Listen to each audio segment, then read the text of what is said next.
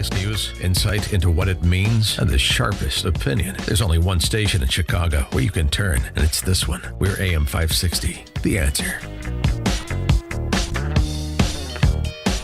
Top of the morning, Dan Proft here, and Chamath Palihapitiya. He is one of the tech bros on the All In podcast. Pretty good. One of the very successful venture capitalists that's part of that group. He recently sat down, along with his wife, with Katie Miller, wife of Stephen Miller, for her podcast, where they talked about, is Chamath, you going to stick it out in California? And he's definitely wavering.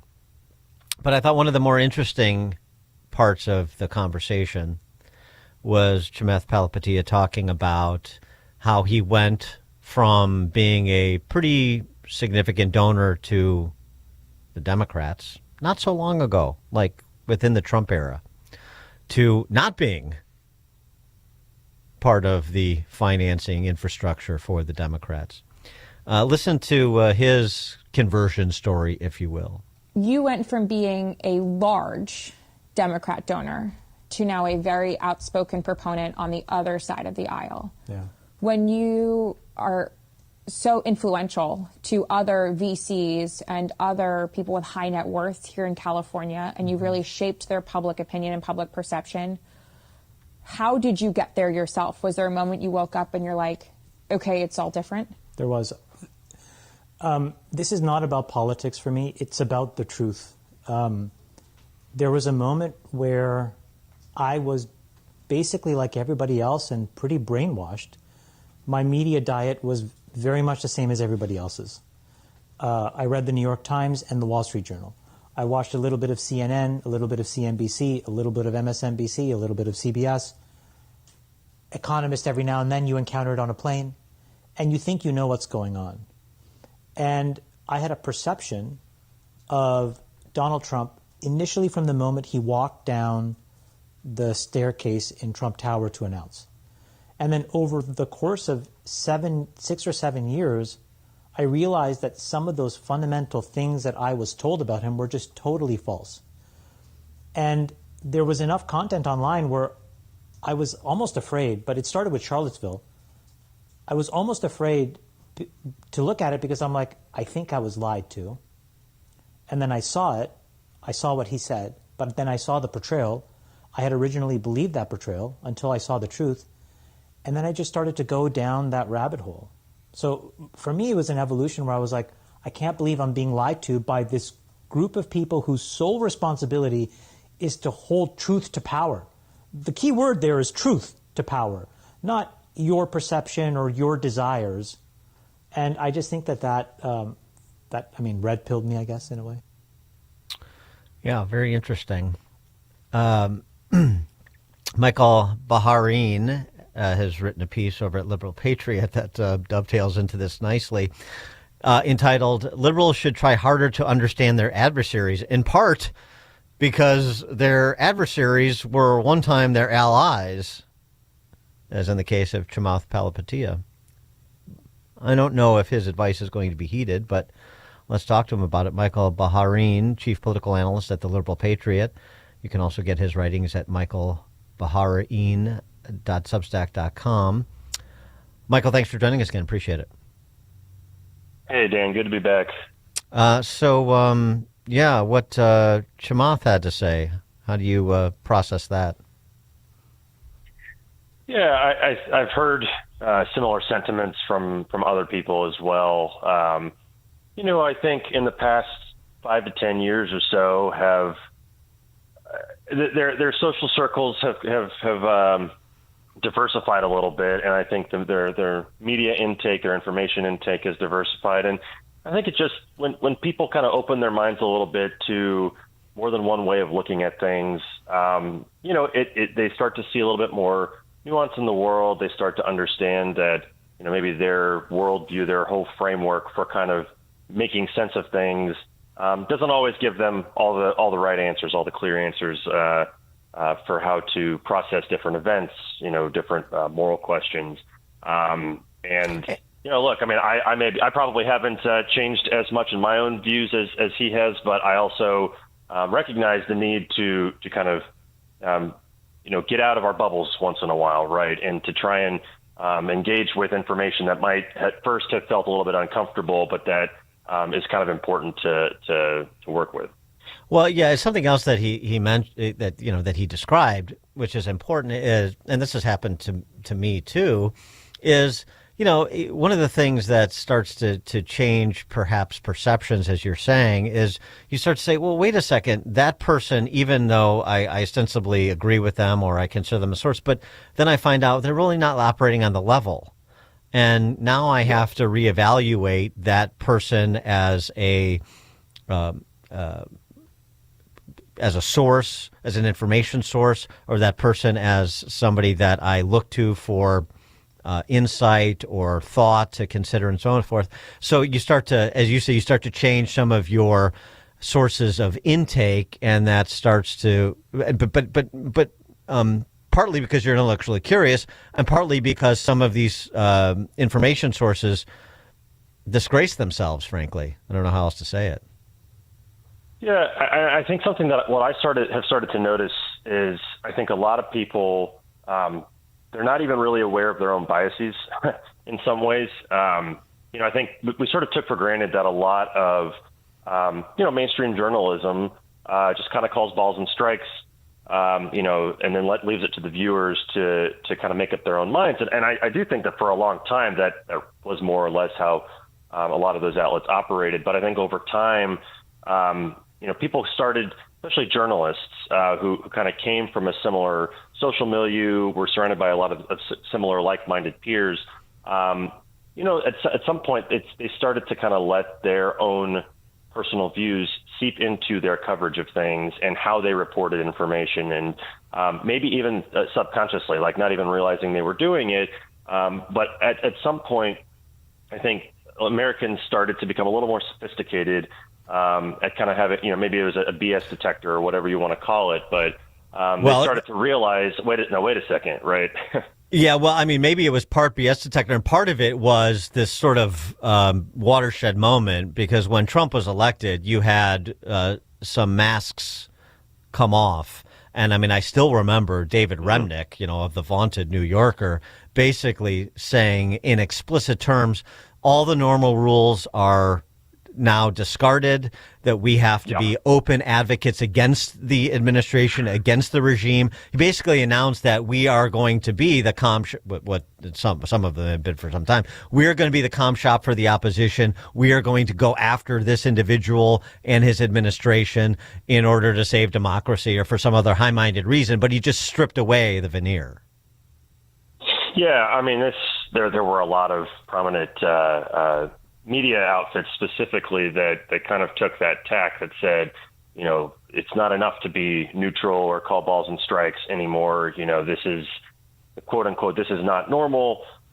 Therefore, we have an obligation to basically become political entities and, to take a side in this. And I think that backfired in a big way for a lot of these organizations, and they're still working to win their credibility back. Yeah, your colleague Rui Teixeira wrote a piece over at Liberal Patriot too that talked about this cultural denialism, is the phrase that he used, that still persists within the center left, and it's to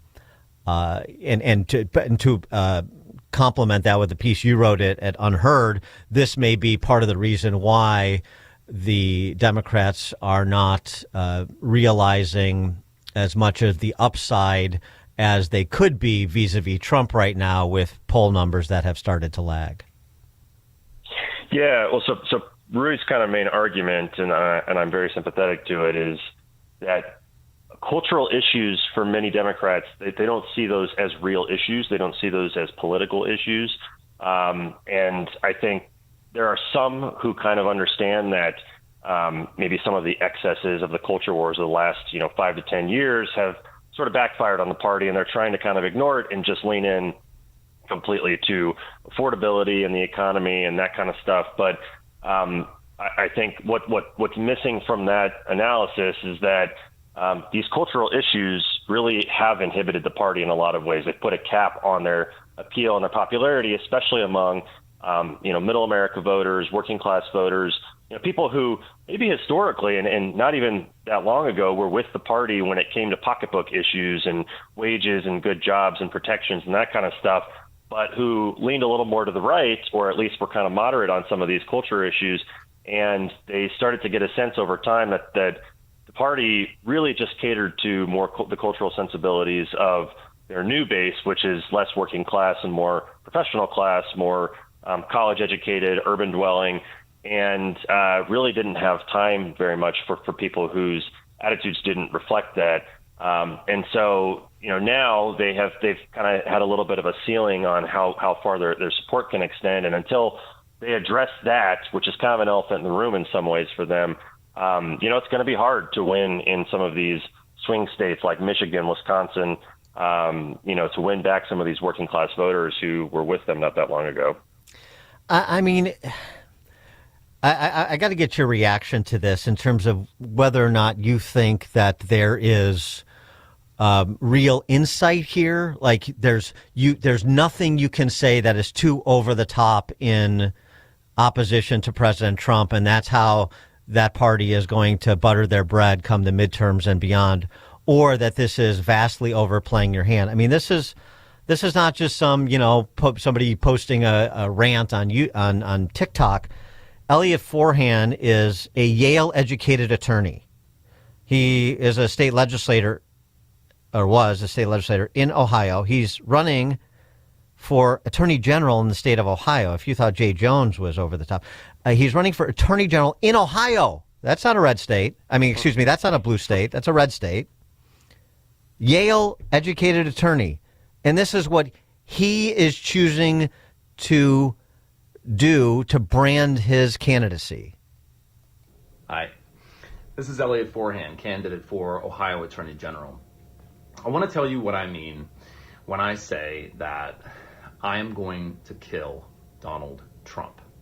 I mean, I'm going to obtain a conviction rendered by a jury of his peers at a standard of proof beyond a reasonable doubt, based on evidence presented at a trial conducted in accordance with the requirements of due process, resulting in a sentence duly executed of capital punishment.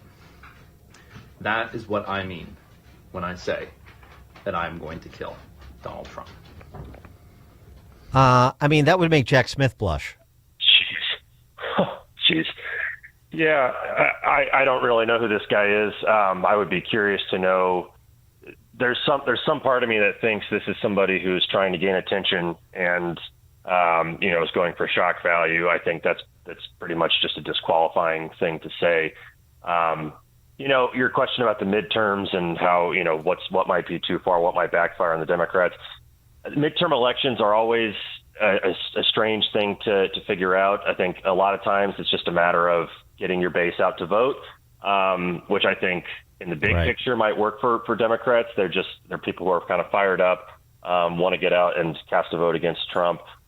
In a place like Ohio, I think that's probably not going to fly. I think, if your goal is to win a state that leans against your party, I think the last thing that you want to be doing is going out and throwing bombs like that and saying things that are so over the top. I would put a lot of money down to say that this guy will not win that election. Right, but it's just like what is you try to say what is the motivation here? What are they thinking politically? Because this is a decision that was made by someone who is apparently in legitimate Dem Party politics in that state. But you're seeing more of this now too. Larry Krasner, the Philadelphia DA, is casting himself as a Nazi hunter. We're going to go after all these people. Mm-hmm. We're going to prosecute them. He literally is making that explicit comparison. And so there's got to be something, at least within the more radical element, which is a pretty significant portion of that party, it seems, that says that you cannot be too over the top when it comes to Trump and basically this administration in your criticism. The more over the top, I mean, the better in terms of, as you said, whipping the base for the midterms, and then we'll figure out how we're going to reposition ourselves after we get control of the House and Senate, I guess is the thought. Yeah. I mean, the way that I kind of see it is it's just sort of rank tribalism, and this isn't exclusive to the Democrats, but I think in this case, number one, they see themselves kind of as joining in solidarity as a bulwark against Trump. And so when you put yourself in that place, you start to become a little bit more willing to excuse bad behavior on your own side. And you also then kind of by extension start to see the absolute worst in your opponents.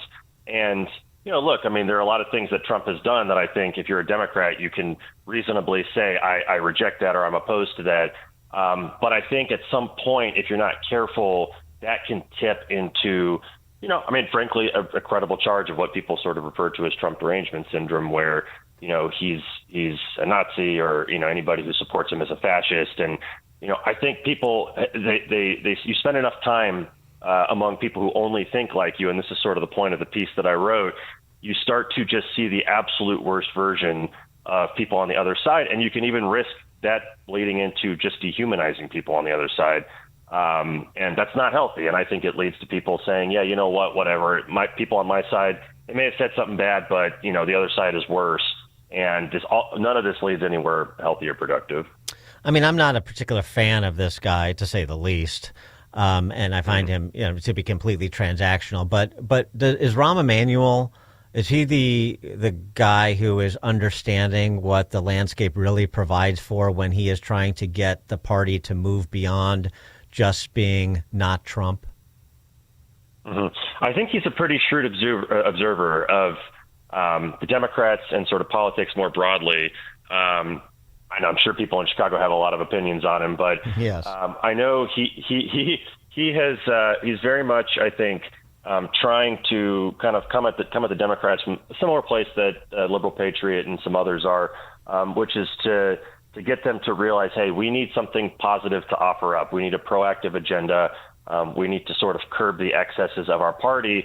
Otherwise, we're not going to be able to appeal as broadly to people in the middle of the country, to people in these states that we have to win in order to win the Senate, to win the Electoral College, which is shifting even further away from the Democrats as population trends change. And he's one of the few who's willing to speak up and really say these things. But I think it seems like that might be falling on deaf ears right now, which is a shame. Michael Baharaeen is the chief political analyst at the Liberal Patriot. Also, you can get his writings at Michael Baharaeen at .substack.com. Michael, thanks so much for joining us again. Appreciate it. Hey, thanks, Dan. And he joins us on Chicago's Morning Answer. There's only one radio show in Chicago talking about today's biggest stories and telling you what they really mean. That show is this one, Chicago's Morning Answer on AM 560, The Answer. I can't believe how much better Dad's doing since we brought on Senior Helpers of Naperville Southwest. I know. He's more engaged, more himself. It makes such a difference having him